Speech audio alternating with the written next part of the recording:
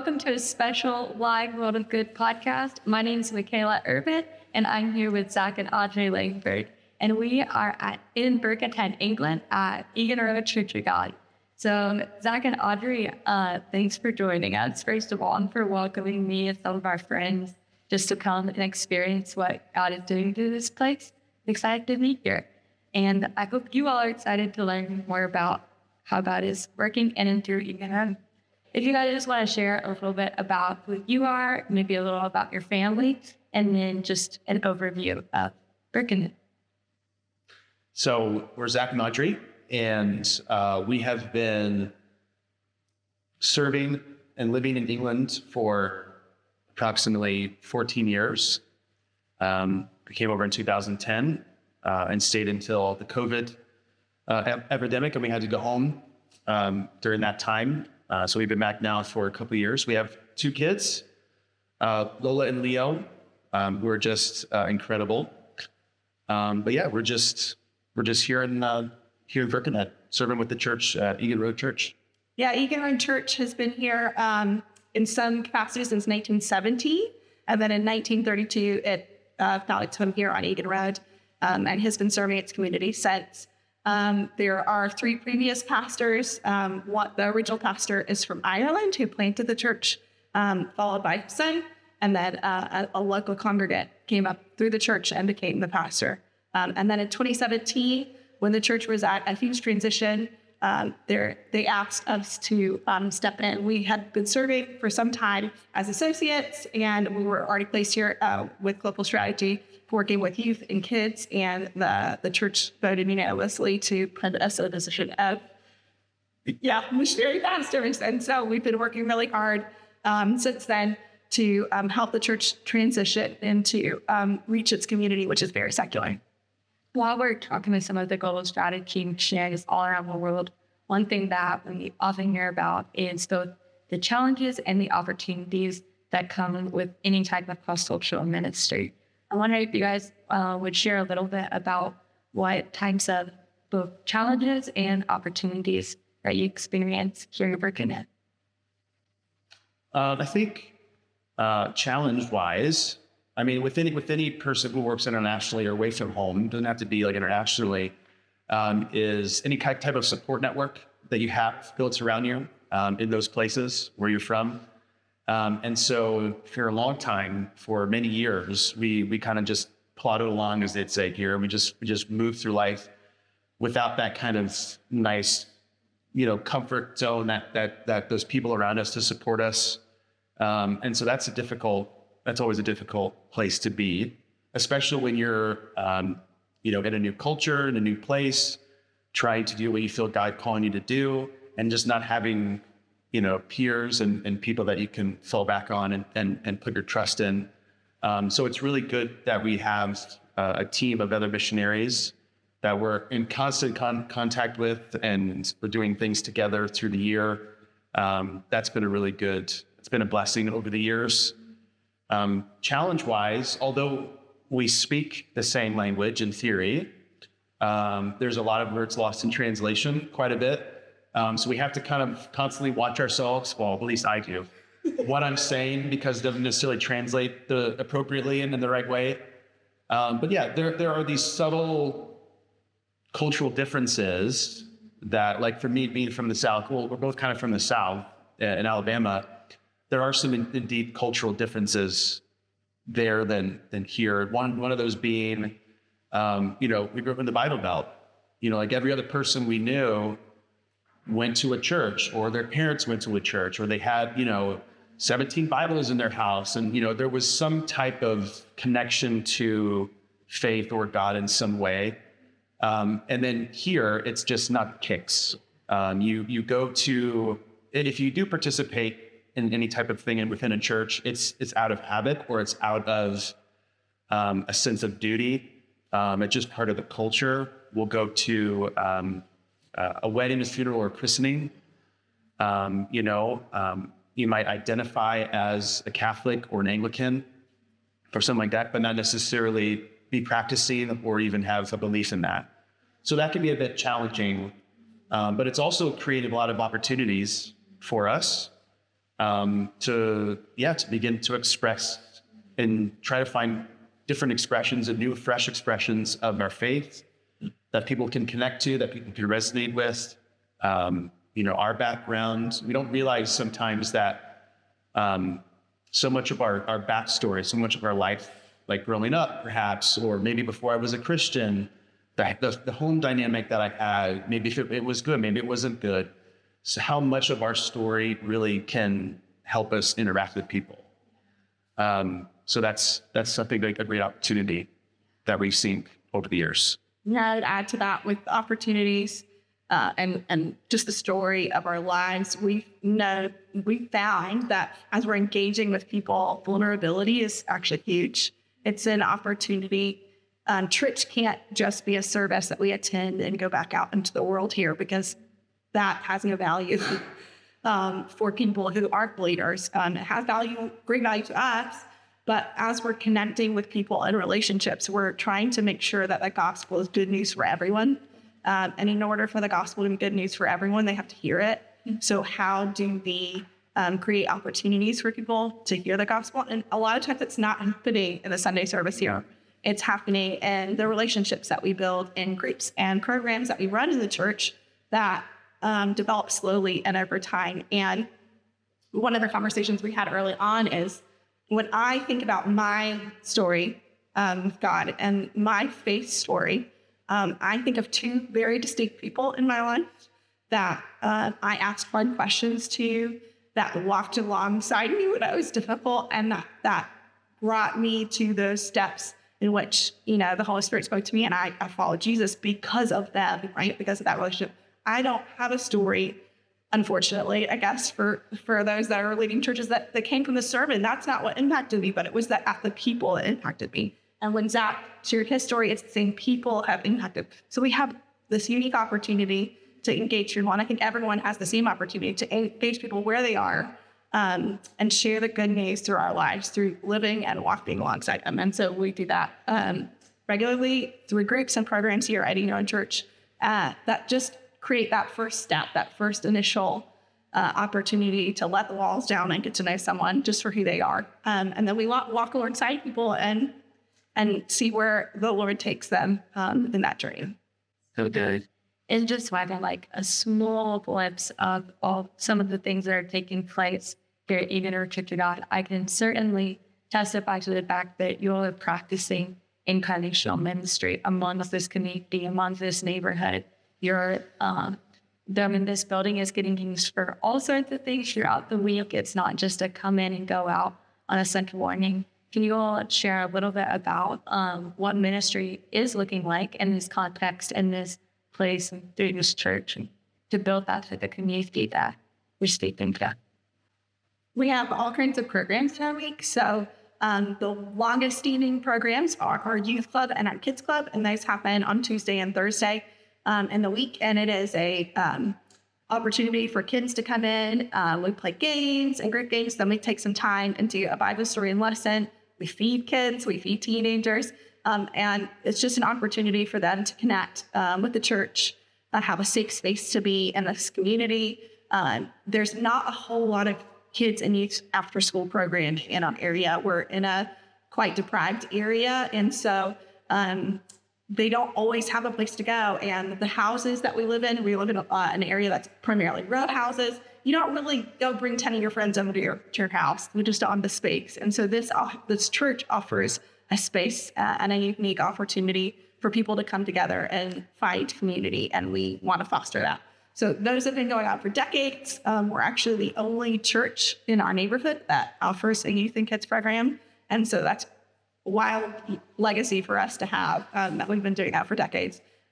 More recently, we started a TOTS program, which is a mom or a parent or grandparent and under fives program. The adult and the child stay for our play session. And they just come, spend an hour and a half, play, have some coffee, and then people at the church come alongside and are really intentional at engaging with and talking with families as they're here to play in a safe place again.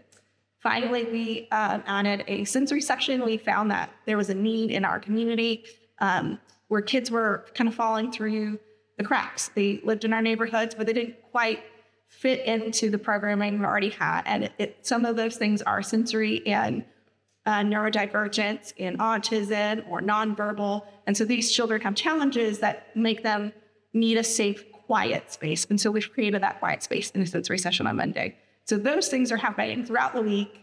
And we're just trying to meet people where they are in their life and engage with them there. We also continue to have our church service on a Sunday.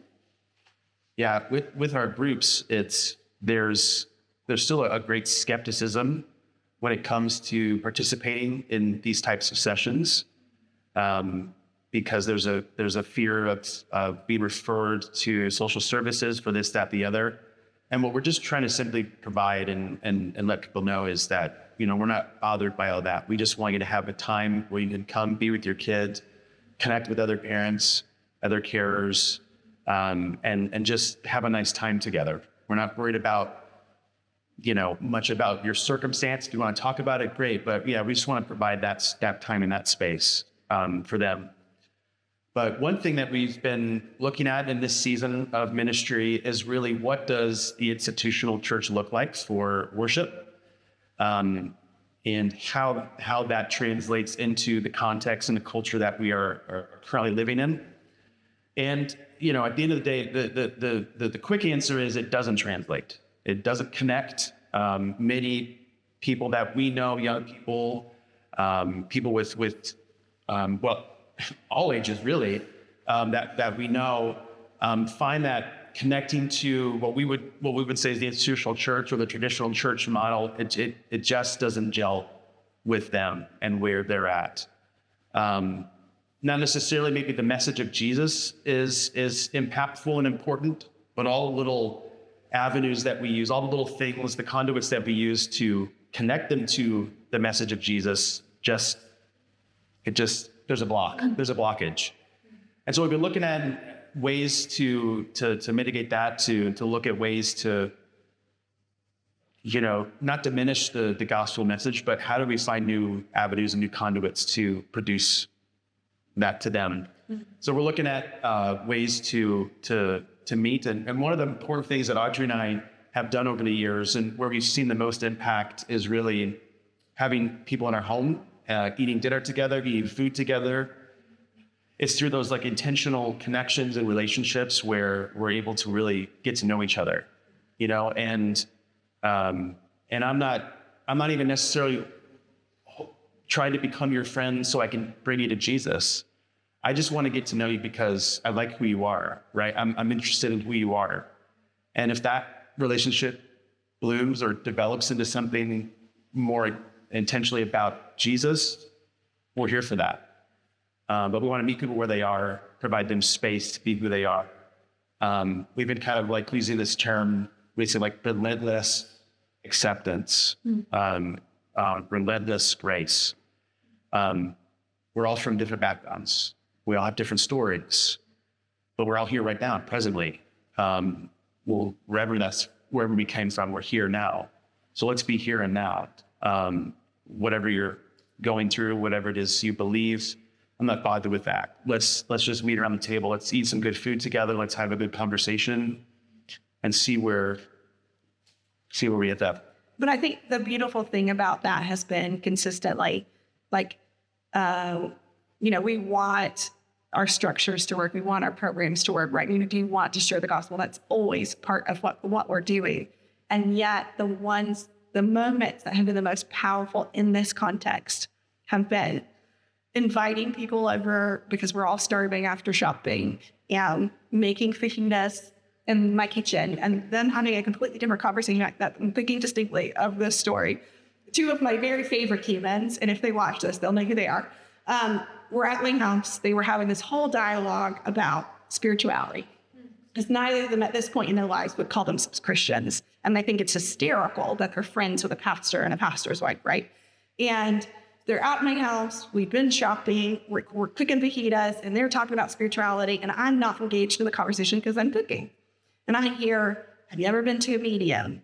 Have you ever experienced this? Which, by the way, in Europe, that's actually really common. Spirituality is actually quite accepted. Religion is not. And so you'll see things about crystals or witchcraft or all these spiritual things that are true spiritual seeking. Astrology. All these kinds of things that people are very bought into. And so they're having this conversation. This is a conversation I've heard or been a part of many, many times before. And they shout me, hey, what's your favorite thing about Jesus? And what? Yeah. What? I'm picking fajitas at this moment? And so, it was a moment where I shared the story of the woman at the well, and Jesus' upside down gospel, right? It's this idea that even the church people were getting it wrong, right? We were worried about the rules and the regulations and the looking the part of the church. And yet he still offers living water to her. She's a woman, she's a Samaritan, like all the things are against her, right? And so I said, I just love that story because Jesus doesn't do what we as humans expect. And I think that's beautiful. And I think the more you learn about Jesus, the more you realize he's not who you expect. And they were like, really? And so that has started dialogue with them. And one of the two of them would say she's a Christian now. And it's just those moments. Those aren't happening on a Sunday service, but they're happening in the week. They're happening in those relational moments. And it's because we felt trust and friendship. And we spent the time to know them as they are in the life that they're living, whenever that looks like, good or not, and really just engaging. And so I think that's powerful. And I think that we're really looking at the church as a structure. And in our community, the structure is a barrier to the gospel for those people. And so how do we break that barrier down? Yeah. But how do we feel like almost a free-flowing entity, like the Spirit is? Mm-hmm. Like we're able to be church anywhere as we go, where we are, this through relationship, through connection, not just the structures that we have. Right. It's more than that. It's bigger than that. Yeah. Translating the gospel into this context. So the words I heard you guys using are, it takes trust, it takes friendship, it takes time. You're putting that time in. And so as you spend time in this community and been part of this cross-cultural work for a season now, are there any insights or skills or just little, nuggets that you would like to share with anyone that might be listening to this podcast or watching it? Just, anything that you would want to share about cross-cultural ministry in general to those that are maybe just dipping their toes in the water. Don't do it. Just joking.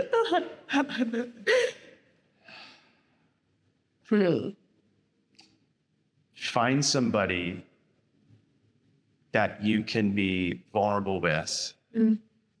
So one of the important things, impactful things in my life, when I felt a desire, felt this sense of what we call calling, right? To work internationally, to be somewhere else where God was moving, was I had a pastor who was able to sit down with me and not just question it, but challenge me in it. Yeah. Well, what does it mean? What are you feeling? How are you going to do it? Where's God taking you in this journey? Find somebody who's able to help you articulate that calling, help you articulate what that desire is in your heart. And I think that was impactful for me and early on in my career, just having somebody there to walk with me and to not let me just sit in it, but to actually maybe move into it and act on it. And be a learner. I think we referenced it a little bit about the language. There's a lot of assumptions between even the UK and the US. We think, we're similar, we speak the same language. It's going to be easy because I can communicate with them, or I can read the food packaging while I'm shopping, so I don't have that stress. You think that it's going to... That's a big thing. That's very helpful. That's very helpful. It's huge. Other missionaries do not have that. Shopping is even stressful, especially in those early days. But, there's an assumption that it's going to be an easy connect. You should easily be able to connect with your neighbor. You should easily, because you have all these things in common. Mm-hmm. But if you go in there and you any cross-cultural ministry, you're going to hit a place in which you're like, this is hard. And if you're not a learner in that moment, you might abandon it. Yeah.